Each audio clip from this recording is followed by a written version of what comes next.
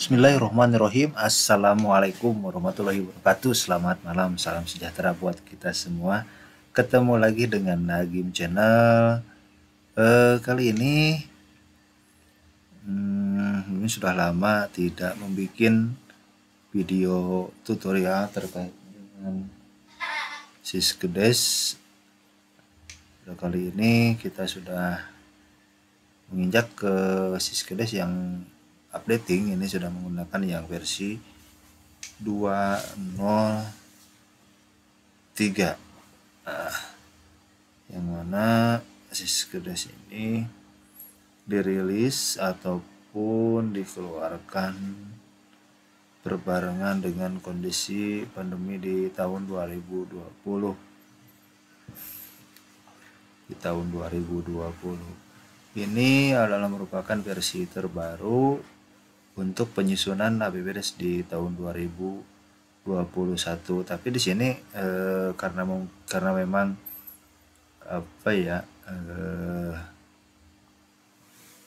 input data yang tahun 2021 belum ada, jadi Mimin ini menggunakan yang database-nya sudah ada, yaitu yang APBDes tahun 2020. Apa saja yang terbaru mungkin nih dari yang 203 ini dari database-nya? Ada beberapa perubahan yang ada di versi 203 ini. Pertama, dari sisi untuk posting APBDes di sini telah disediakan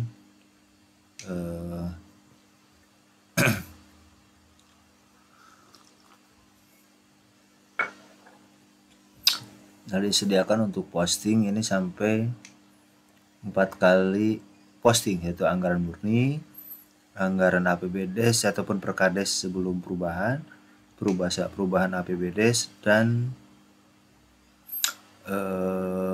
perkades setelah perubahan. Mohon maaf, ini internetnya ada gangguan. Ya, kita buka lagi saja. Karena ini menggunakan aplikasi yang online. Saya menggunakan aplikasi yang online.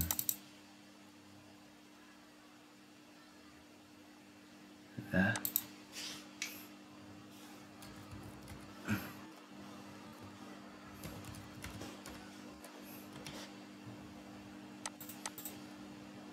Saya menggunakan aplikasi yang online. Ini jadi kadang data servernya yang kurang stabil.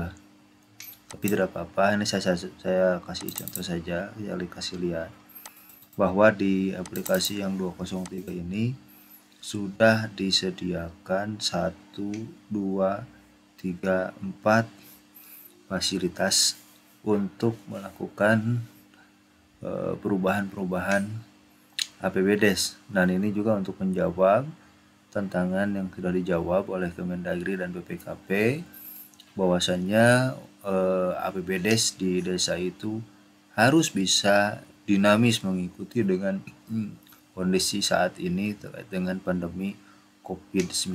Nah, ini salah satu contohnya ya. Ini satu yang ada di fasilitas yang 203 itu. Kemudian dari sisi penata usahaan, saya ambil salah satu contoh di salah satu desa saja. Di salah satu contoh ini ya, ada belanja yang harus dibayarkan pajaknya. Nanti dia akan muncul billing pajaknya di sini. Billing pajaknya ini harus diinput, disesuaikan dengan kode billing pajak ya. Kode billing pajak yang diinputkan pada aplikasi pajak online. Nah, ini nanti billing pajaknya ini harus diisi. Billing pajaknya disesuaikan. Nah, ini fungsinya agar nanti rekan-rekan itu tidak ada lagi yang tertukar meskipun jumlah ataupun besaran pajaknya itu sama. Nah, ini jadi billing pajak ini nanti yang akan membedakannya, ini sebagai pembeda. Ya, ini harus diinput selain dari nomor NTPN ataupun nomor transaksi penerimaan negara, ya, selain dari NTPN. Kemudian ada lagi tambahannya dari sisi penata usaha, yaitu dari sisi pencairan SPP. Dari sisi pencairan SPP, ya, ini ada kode CMS ataupun Cash Management System, ya. Ini yang nantinya akan membuka CMS agar rekening desa bisa dibuka ataupun desa bisa melakukan pencairan ke perbankan melalui aplikasi non tunai, ya, non tunai yang disediakan oleh banknya masing-masing. Saya tidak menyebutkan nama bank, takutnya ini menjadi salah satu promosi, ya. Saya tidak menyebutkan salah satu bank, tapi di kita ini sudah ada. Nah, nanti yang kode CMS ini nanti akan digunakan sebagai kode pembuka, nanti kode pembuka rekening desa, ya. Ini salah satu. Nah, ini di sini ada kode CMS ataupun CMS ID-nya 91810200220005. Nah, jika dicetak akan tampil seperti ini.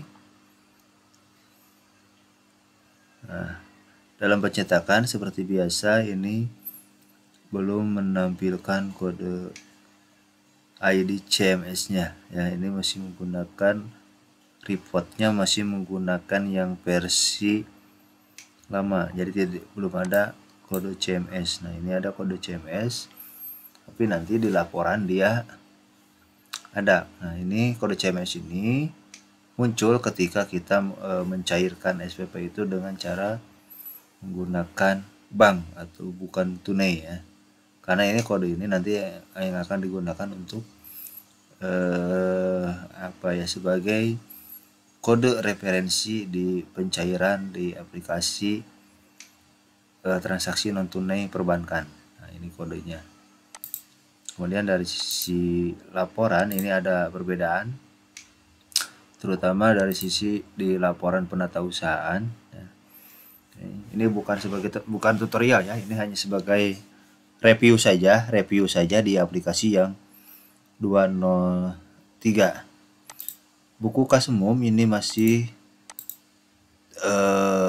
tidak berbeda dengan versi-versi yang sebelumnya. Buku kas umum ini ada yang sifatnya umum. Di sini memuat transaksi tunai dan non tunai, artinya transaksi tunai dan transaksi bank. Ini masih dimuat sini. Nah, ini belum diperbaiki, catatan keuangannya masih salah karena di sini masih ada minus, ya, masih ada minus. Nah, ini kan tidak boleh ada minus, ini belum selesai, ya, belum dilaksanakan oleh rekan-rekan di desa. Nah, tapi di sini yang di menu-menu berikutnya ini ada tambahan beberapa menu, ya. Selain ada buku pembantu pajak rekap, ya, ini untuk merekap, ya, berapa PPN-nya, tagihannya berapa PPh 21, berapa PPh 22, 23 dan PHR ataupun pajak hotel restoran, ya. Ini sebagai rekapnya. Kemudian buku pembantu pajak per jenis. Nah, ini per jenis. Ada pemisahan mana yang PPN, keseluruhan PPN, ya. Ini sudah dipisahkan, PPN saja semuanya. Kemudian juga ada nomor kwitansinya, gitu kan. Seperti biasa, kan, cuman di sini sudah ada pemilahan mana PPN, PPh 21, PPh 22, mana PPh 23 dan PHR. Kemudian ada register SPP pengeluaran. Nah, ada SPP pengeluaran, ini untuk register SPP ya, ada tanggal, ada nomor SPP-nya dan jenis ataupun uraian pembayarannya. Ini sama seperti tahun sebelumnya ataupun dari versi sebelumnya. Kemudian ada khusus register kwitansi pembayaran. Ini juga sama, tidak ada perubahan yang signifikan. Nah, kemudian ada bedanya di sini ada dua menu, yaitu register SPP pencairan dan register SPP SPJ ataupun kwitansi pembayaran. Nah, uniknya di sini ada register SPP pencairan. Ini bisa memilah jenis SPP, kemudian jenis pembayarannya apa, kemudian ada status CMS-nya. Ya, ada apa jenis SPP-nya di sini? Ada panjar, ada definitif, ada pembiayaannya. Di sini nanti kita bisa memilah ya, reportnya memilah ini, atau kita melihat semuanya. Ya, kemudian pembayarannya apakah tunai, apakah bank, ataupun SPP-nya yang belum dicairkan. Ya, sudah ada pemilihan ya. Ini untuk memudahkan rekan-rekan untuk mengoreksi takutnya ada yang tertukar proses pembayarannya, yang seharusnya tunai jadi bank ataupun sebaliknya. Nah, ini bisa digunakan untuk memfilter ya. Di sini ada menu-menu filter. Filter kita untuk melihat transaksi. Kemudian ada status CMS. Apakah ada yang sukses, ada yang gagal ataupun belum cair CMS nih ya. Nah, kita lihat aja reportnya seperti apa. Nah, ini ada nomor SPP, kemudian tanggalnya, jenisnya LS di sini langsung ya. Kemudian ada jumlahnya, berapa SPP-nya, potongan pajaknya, terus pencairan netonya berapa ini. Kemudian ada tanggal pencairan, nomor pencairannya, tanggal pencairan, jenis pembayarannya sudah ada pemisahan. Kemudian status CMS-nya, ada nomor referensi perbankan ataupun CMS ID-nya, karena ini database-nya yang menggunakan database yang 2020. Jadi ini status CMS maupun nomor referensi perbankan ini belum terbaca. Nah, nanti kalau sudah menggunakan database yang 2021 ini mungkin akan muncul ya. Akan muncul di dalam report ini. Nah, itu. Kemudian ada register SPP, SPJ, kwitansi dan kwitansi ataupun pembayaran. Ada tanggal, nomor referensi maupun validasinya oleh siapa. Ada status CMS ini untuk reportnya, bahkan untuk kode rekening kegiatannya sudah dimunculkan. Ini sangat-sangat memudahkan sekali bagi rekan-rekan kaur keuangan ataupun operator Siskedes ya, operator keuangan, untuk kita istilahnya untuk men-track ya, takutnya nanti ada selisih. Ini sangat-sangat memudahkan ya. Kemudian nomor SPJ-nya ada yang panjar, kemudian ada yang non panjar, ini ada langsung nomor SPJ-nya ataupun nomor kwitansi. Berbeda dengan panjar, dia akan muncul ya nomor SPJ-nya kalau menggunakan panjar. Kalau definitif ya tidak perlu dibikinkan SPJ karena SPJ-nya dia sudah ada. Kalau untuk yang definitif dikeluarkan karena emang barang dan jasanya sudah diterima ya. Itu terus dari sisi laporan pembukuan ini tidak ada yang signifikan, cuman ada penambahan di sini, penambahan untuk laporan pelaksanaan ya, belanja tidak terduga ya. Selain itu semuanya masih sama, terutama untuk laporan penyerapan dana desa ini belum disesuaikan dengan PMK 222 ya, 222 tahun 2020 ini belum dilakukan penyesuaian. Nah, karena yang sekarang ada untuk menu di BLT-nya itu ya. Menu-menu yang lainnya ini tidak ada perbedaan, semuanya sama.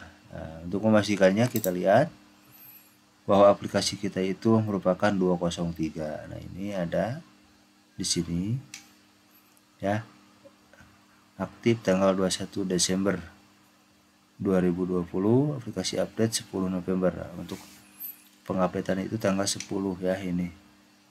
Nah ini kalau sudah posisinya 21 Desember berarti nah sini kita sudah menggunakan yang versi 203 ya. Itu saja mungkin rekan-rekan yang bisa disampaikan. Ini bukan tutorial. Nanti mungkin suatu saat nanti esok hari ataupun nanti saya akan membuat lagi tutorial penggunaan yang 203 apa saja ya, terus bagaimana langkah-langkahnya, karena di sini ada beberapa menu-menu baru. Ini sekedar review saja ya, kita menggunakan aplikasi update yang Syskedes versi 2.0 R203 ataupun dirilis 203 ini yang tadi 21 Desember 2020. Terima kasih para rekan-rekan yang sudah menonton video ini. Mohon maaf kalau memang tidak puas, karena saya sendiri juga bukan alat pemuas, dan mudah-mudahan bisa bermanfaat bagi rekan-rekan semuanya. Terima kasih sekali lagi. Jangan lupa jika memang video ini bermanfaat, silakan untuk di like, subscribe, komen, dan di share biar banyak orang tahu banyak orang lagi yang tahu terkait dengan Syskedes. Itu saja. Bila taufiq wal hidayah. Assalamualaikum warahmatullahi wabarakatuh.